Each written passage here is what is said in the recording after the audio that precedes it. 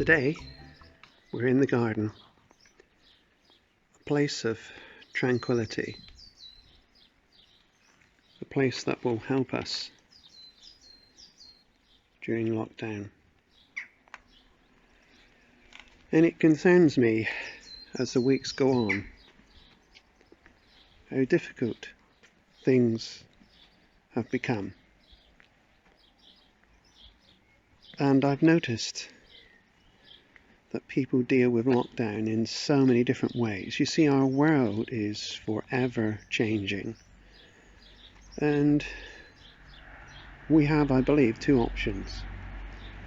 One is to fight against it, to long for things to go back to how they were, or we can go with the flow.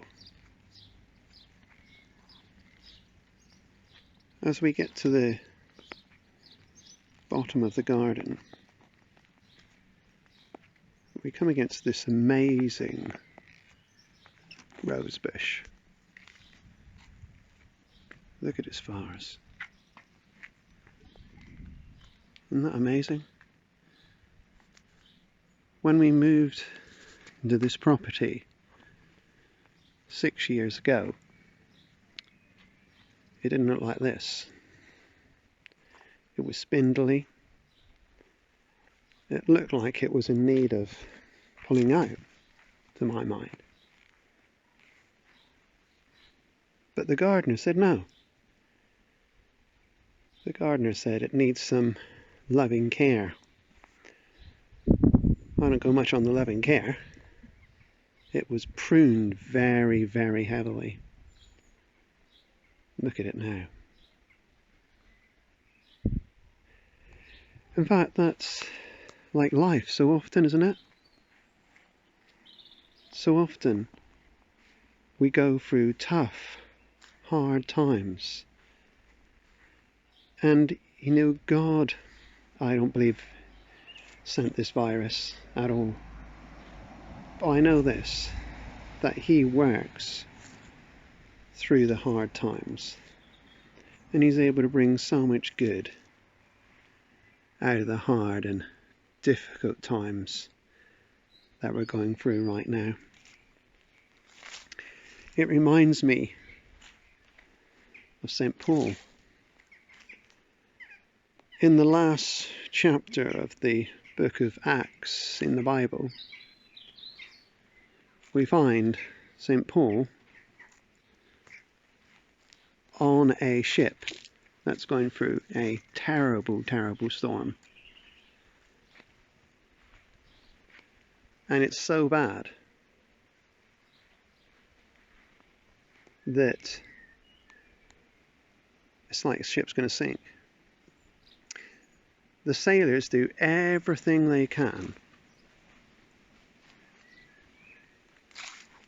to preserve life and to try and get them back to land, but in the end they have to give up. Now what it says they do is this: they cut away the mainsail, they get rid of the cargo, and they let the ship ride out in the storm. And I rather think that's something of what we have to do in these days, is to let go and ride out the storm, find our way to the new normal.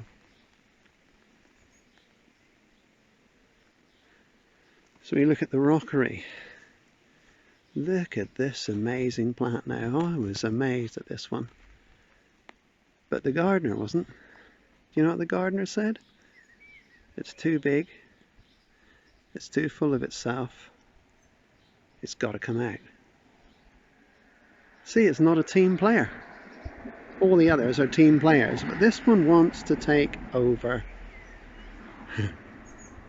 When she said she wanted to get rid of it, I thought, I've got just the place for it.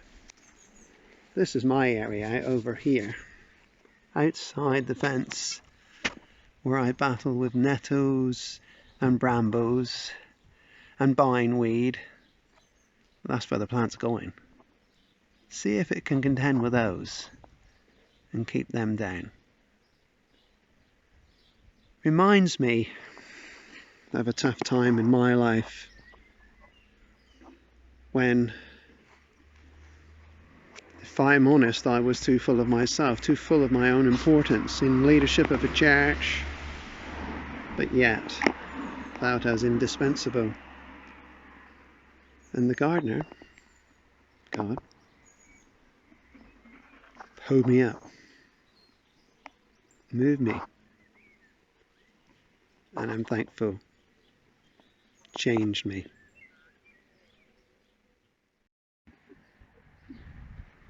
Now we're moving into a different part of the garden.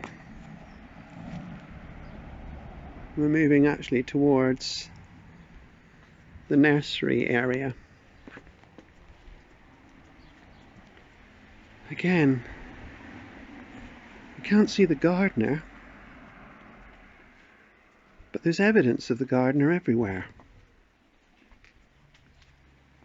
The sweet peas ready to climb up the trellis. Flowers in the pots. Even a flower here growing on a wooden moat. The invisible gardener. The hanging baskets getting ready to be hung.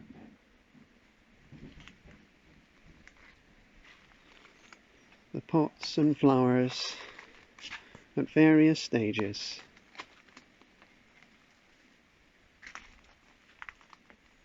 The nursery. The greenhouse. The tomato plants and the cucumbers.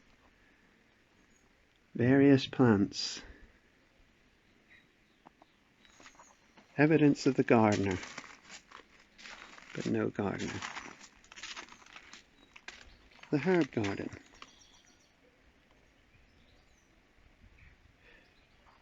Of course, the gardener is my wife Sharon, but she's not here. She's a key worker working in the co-op right now, providing food for people. You know, our gardener is God.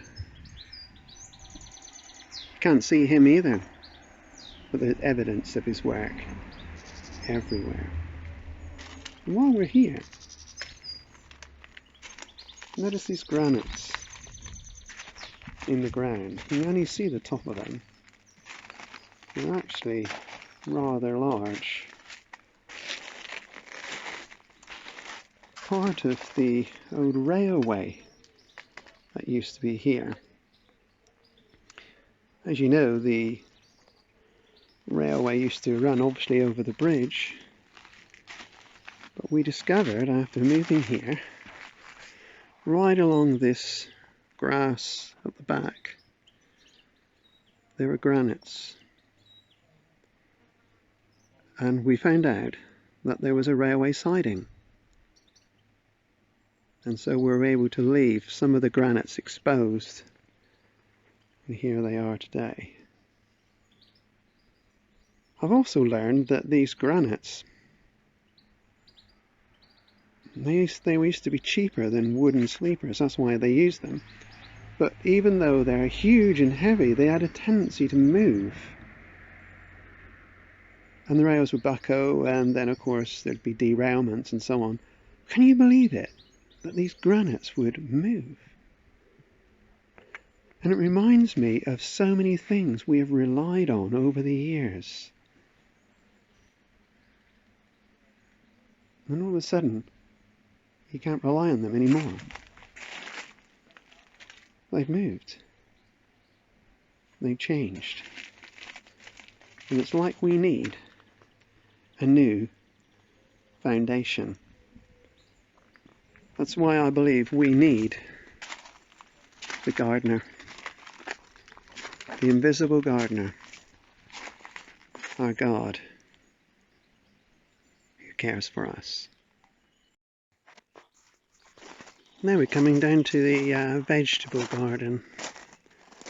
Last time I showed you this on Easter Sunday, it was just bare air.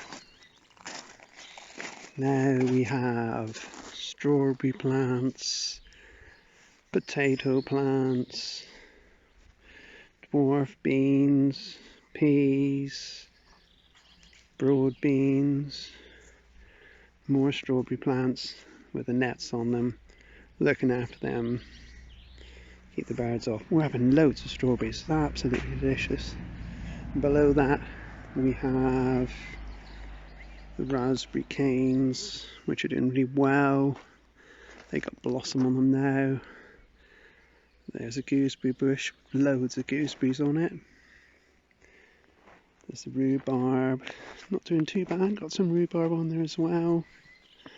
And then we've got a black currant bush in here, lots of black currants. Everything's doing really well. But as I say, there's no sign of the gardener. But yet there's evidence of her work everywhere. And just remember that. God is at work everywhere.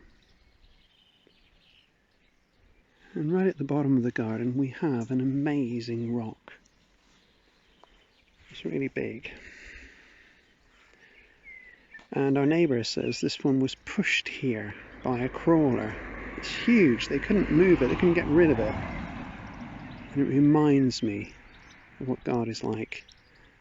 Not only is a gardener, but he's a rock that we can stand on.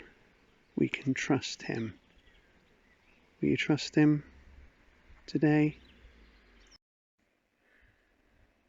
I'm now 200-300 yards from our home as the crow flies, in this beautiful natural area. You know, the gardener tells me that if she stopped doing what she did in our garden, then it would soon revert to this. And while it's beautiful, it's not really what you want in your garden. You see, this reminds me so much of our invisible God, the Jesus Spirit, that does so much to care for us, to nurture us, to do real special things for us. And so often we don't realise what he's doing. Thank him today.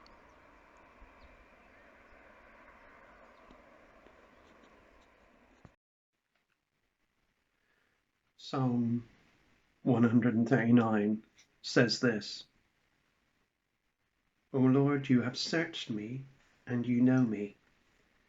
You know when I sit and when I rise.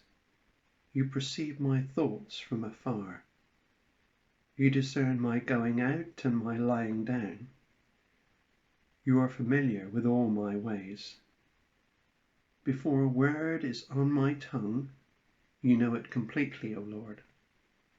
You hem me in, behind and before. You have laid your hand upon me. Such knowledge is too wonderful for me, too lofty for me to attain. Where can I go from your spirit? Where can I flee from your presence? If I go up to the heavens, you are there. If I make my bed in the depths, you are there. If I rise on the wings of the dawn, or settle on the far side of the sea, even there your hand will guide me, your right hand will hold me fast. If I say, surely the darkness will hide me, and the light become night around me, even the darkness will not be dark to you. The night will shine like the day, for darkness is as light to you. The invisible God the gardener. He cares so much for us. And this week, you may be struggling with all sorts of problems. Maybe you're struggling with anxiety. Maybe it's worry, uncertainty, sadness, heartbrokenness, lack of direction. Whatever it is, I encourage you to take that problem to God and just say a little prayer like this: Dear God, I bring to you the problems that I'm facing. Please help me. Please minimize my worry, my problems. I ask this prayer because of Jesus. Amen. I would encourage you to do that for 7 days and see if the invisible God actually makes a difference. I believe he will. May God bless you this week.